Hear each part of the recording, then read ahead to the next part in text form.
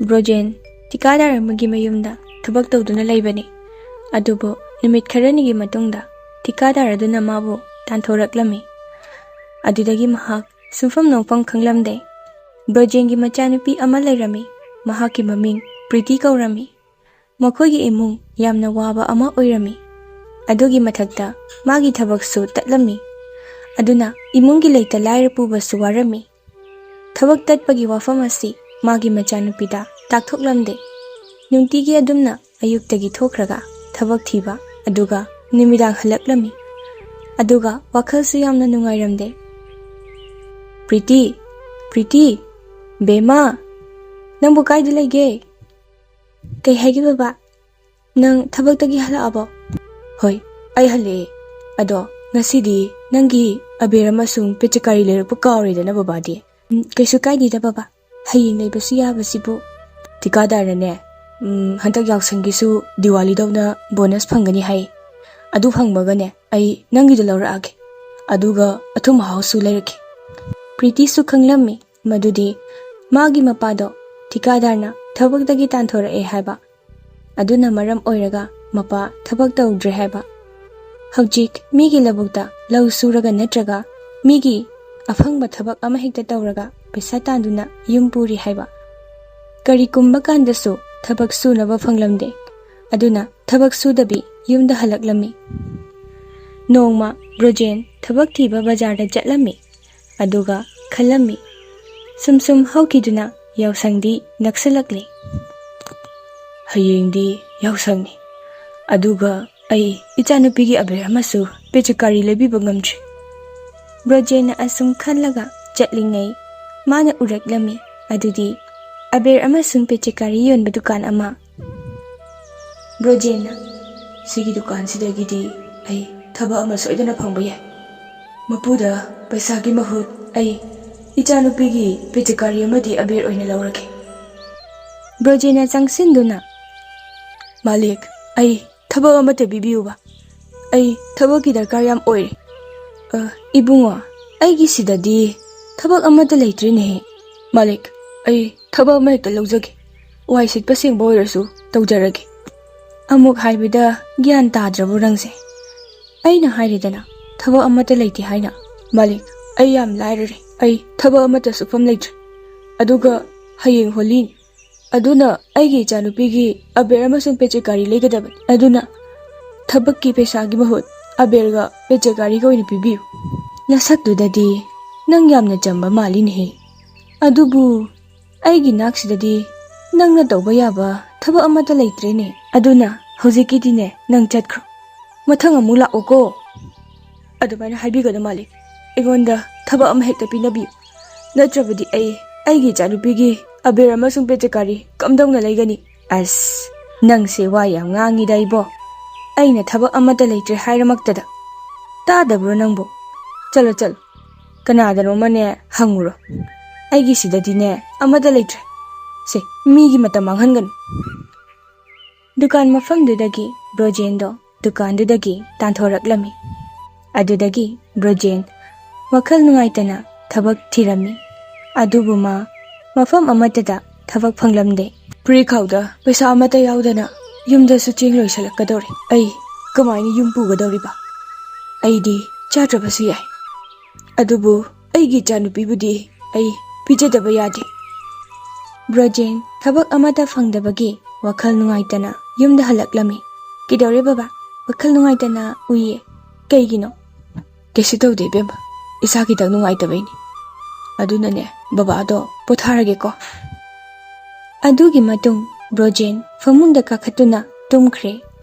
Adubu Pritina pumnamak khanglami madudi magi mapado kesu tawde haiba. Kaigumma thabak phanglaktraba matamda magi mapado chak chadana tumki. Maramdi chengloikini haina pakhatpagini. Anamba matamda magi mapa asumna adum tawi. Aduga mabudi chak chadana tumkiba yahangide. Pritidi nongmata chara helamde.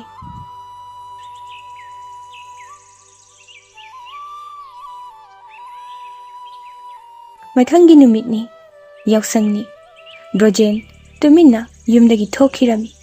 Aduga Pritina laigi photo mamangda leptuna Hey Isor aigi bababu asumna wahanbinu mayam wajaraban Hey Isor aingonda lanthum paisa kaisupni jaroi adubu aigi bababu thabak amata phanghanbiyu aduna ikoigi imu jara hendanaba ngarang nungdangsu aigi baba chak chadana tumkhiram kaigumba khudongtiba thoklabadi ai kadaida chetkani manatana aigi kanasu leite malemsida Hey Isor ai khuramduna haidari aigi bababu thabak amata phanghanbiyu mabu wahanbinu ai mana wabasi yengba ngamdre aingonda karisu pamde ai ipabu thabak amatang phanghanbiyu Somdana Brojen wakhan kaya ama khanduna ngarang mabu chaiduna tantholakpa dukanduda laklami magi mitiyengdo amu dukandugi maikairomda yengami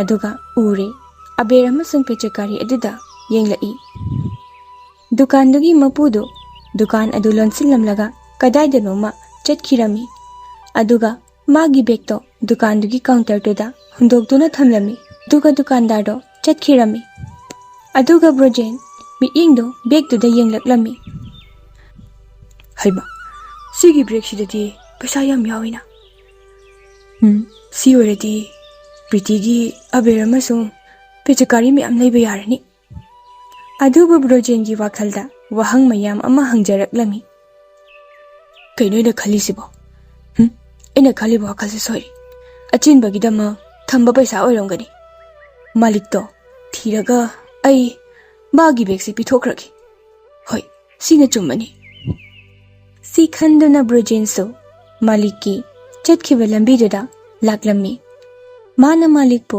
koiti thirami adubu uba fangkhide adudagi ma dukanduda amu halaklami aduga mafamduda ngairami adubu dukangi mapu adudi sugan halaklamde adudagi mahakna nupa amada dukandar adugi maramda hanglaklami adubu kesu khangba ngamkhide mafam adudagi khara chetlaga dukangi mapudo uraklami aduga magi manakta ahal nipi amasu leirami mahak ado maliki nipi oiramni makhoi anido wakhal yamna nungairamde Brojena magi manakta changsinduna hairami Male nangna nangi bag sigidamakta wakhal nungaitaba natra yengbiyo Malik aibu huranbani na khanbini aina bag se huranba nate nangna nangi dukanduda hunto ambani aduga nangdi thuna adum thokre bag se dukangi counter duda lerambani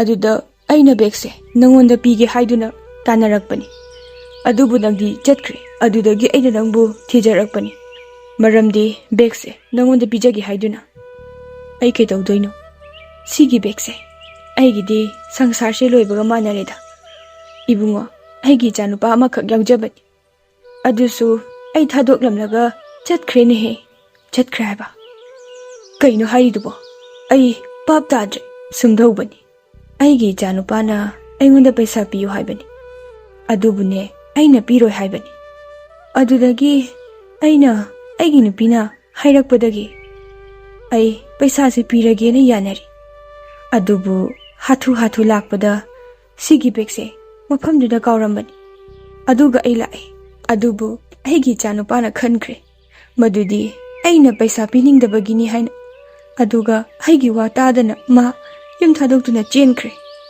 hojik ibani kanagidamakta hingidoino Malik wakhal nungaitaba khangaro isorna loina phanaba silakani yengo nangina chanupado soidana halakhini nang yam pangjaba misakni aina nangbu numituda thabak pikhide adugi mahut aina nangbu tina chaiduna tanthoki aduga nangna aduk thamoi senglamgani haiba ai khallude natrabadi nangna sigi bekse nang tumina puraga chatlamgani adubu nang adumaina tawde asengba nang se thamoi yamna sengba misakni sigi bekste yauri paisa se nang loina oijaroi bungo nate Malik sigi paisa se lawba ingamjaroi ai isana suraga paisa tanjaba pam sigi paisa se ai lawba ngamjare Malik nate Broje nang lawr sigi paisa singse Hꯧjik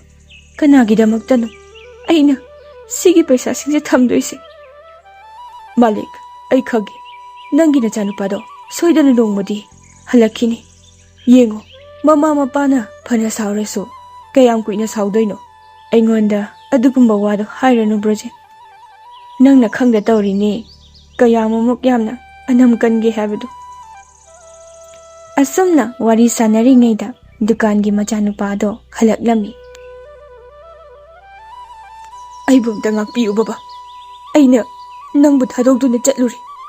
Ai sumaina matungda amuk hanna tawraroi. Ai yam soikre baba. Ma ai amukta ngakpiyo. Ai nakhoibo amuk hanna hundoga chatlaroye. Ibungo nang haledana. Aduni ipa pele. Ipa yam pele. Nangna halakpase. Nang akhoibo thadokduna amuk hanna chatlanuko. Aikhoi nang yaudana ne hingba ngamla. Aina haidra Malik. Nangi nachanupa soidana halakini haina. Hoi Brojen. Nangna haiba pumba asengbani. Aigi chanupa soidana halakani haibadu. Tabro Brojen se dukan phamhanbiru. Mana maram oiraga aikhoigi wakhalda asa ama lehenbire. Hoi mama. Aisu hanadagi hairiduni. Sida yauriba paisa singse magi loina oijaro haina. Aduga karbar ama hodoknaba ma aigi wa kadaida tage. Adugi wa nachede Malik. Ai sigi paisa singse lawba yadi. Phare ai chatlukige. Adudagi Brojen mafamdudagi tholakle. Aduga mayumda halaklami. Aduga mayum yawwaga urakle madudi Pritigi makhuta aber amasung pechakari paiduna leirambado. Brojena sangsinduna hanglami. Ibeba nangdi sikaidagina. Baba ai nasidi yam harawe. Aina isorani japado tabire. Adugane baba su thaba ama pibire. Thabak haiba. Kai thaba. Yum manungdagi dukan mapu amadi machanupado thoklaklami. Brojena Malik disida karamna.